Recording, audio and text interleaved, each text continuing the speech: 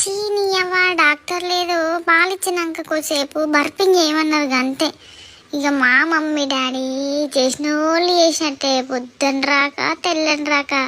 ఇప్పుడు నైట్ 12:30 అవుతుంది, ఇప్పుడు కూడా చేసుడు అవసరమా చెప్పుర్రి?